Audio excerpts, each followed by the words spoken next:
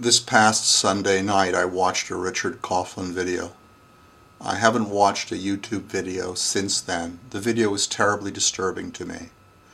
Not because of what he was saying, but because of certain triggers in that video that released into consciousness previously repressed emotions. Not memories, but emotions. And as a result, I was not able to rationally understand his video. The interpretation of his video was completely transformed by the powerful emotions within me. This, in conjunction with the fact that it's the 1-year anniversary of my father's diagnosis with stage 4 lung cancer.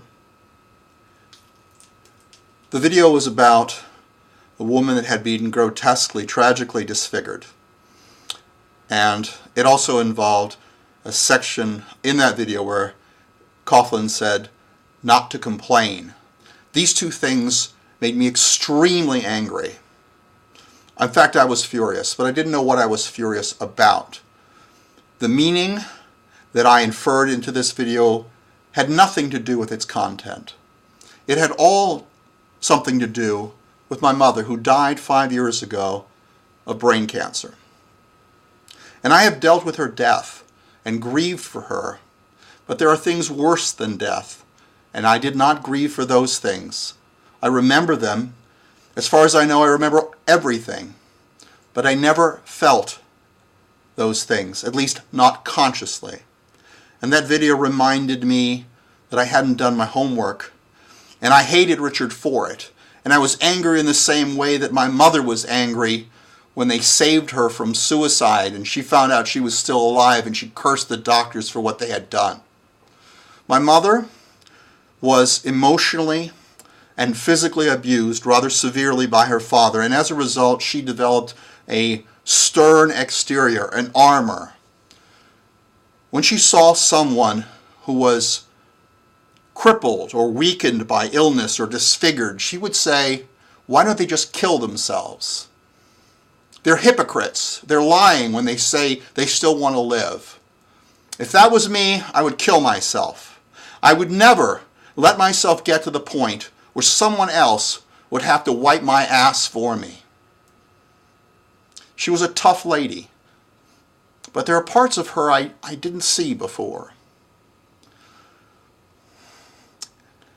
Well, what happened is when she got brain cancer, it was the worst kind, and her life expectancy was 15 months with treatment, brain surgery and chemo, and without 12 months.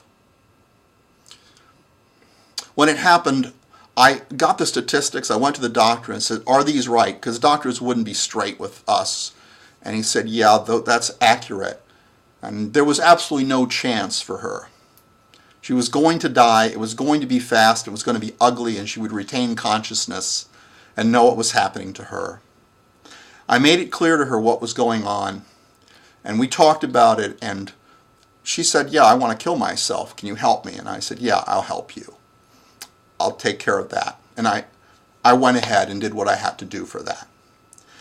When I talked to my father and I showed him the results, and by the way, many of the doctors said, you don't have to do this treatment, brain surgery, chemo.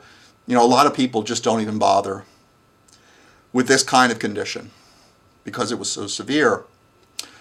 But he said, if there's any chance at all that, we should do this. But my mom didn't want to. She refused the surgery. She refused the chemo. She said, that's it. Because that was the worst thing for her. And I took care of that for her as far as her request. I gave her something that she could use that would end her life if she chose to do so. And she intended to, she told me. Well, what happened is that my father spoke with her. She talked to me about it, and she told me that he pleaded with her and he cried. And he's a sweet man. He's a caring man. And there's something that happened then that really surprised me. I never thought that this would happen, but she told me, she says, I can't do this. It would hurt him too much. And for the very first time I saw that she really, really loved him. I knew he loved her, but I never saw that she loved him. They fought all the time, and I often wondered, why the hell did they ever stay together? But she said, no, I can't do it to him. And so she went ahead and consented to the brain surgery and the chemotherapy. And it's a nasty business. And they gave her drugs to prevent swelling of the brain. And she was okay for a while. For several months. And then the symptoms that brought her in came back. And it was a rapid growing monster inside her brain. And she was going to lose control of her body, her bodily functions, but she would retain her consciousness, and it's going to be awful cruel. At a certain point, after 7 months, she went ahead and took the pills I'd given her. And she did it at a time when no one would be around. Unfortunately, my father happened to come home early that day, and he found her unresponsive and unconscious. He took her to the emergency room. He called me on myself from the ambulance, and I met them there, and they pumped her stomach, and she was mad as hell. She'd had it with that. Well, after that, they gave her some happy pills and sent her to a psychiatrist, and she rapidly declined. There came a point where my dad and I were taking care of her full time.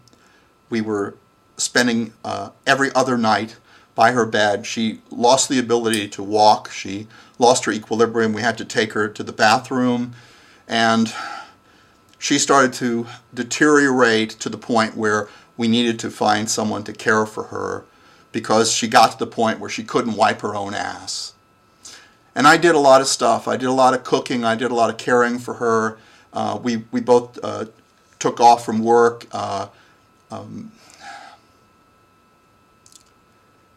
And she talked to me about what was going on. Now, she was being watched now. She couldn't do anything. And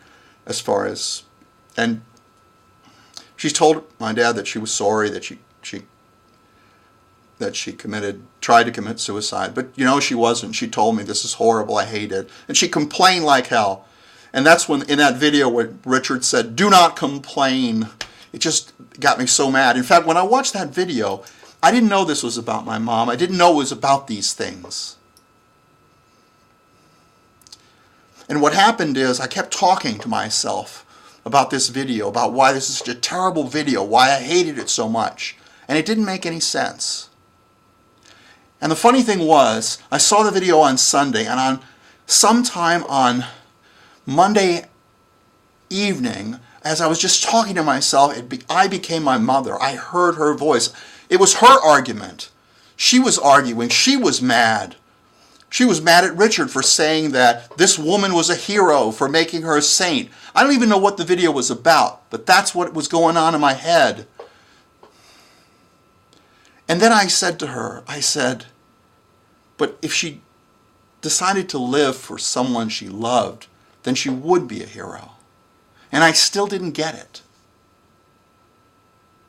It took till Tuesday night when all of a sudden I started to feel it. And now those emotions are like a big piece of shit. They used to be way up in my intestinal tract, and now they're right there where I have to go, and I haven't let them all out yet. Well, what happened with my mom was she lost the ability to regulate her body temperature, to control her body, to swallow, and eventually she ended up turning into something that looked like a body from Auschwitz. She was a skeleton, and finally, thankfully, she died. The only thing is that she confided in me, and I had to be strong for her, because she was painting a happy face for my dad. And she loved him so much that she decided to go through this. Granted, at some point she couldn't take it any longer and she did try to kill herself. Unsuccessfully, to her regret. But she loved them enough to do that. And I have a lot of feelings that I haven't dealt with. Right here. Like you feel like you either have to vomit or you have to shit. And I'll have to take care of that. Take care.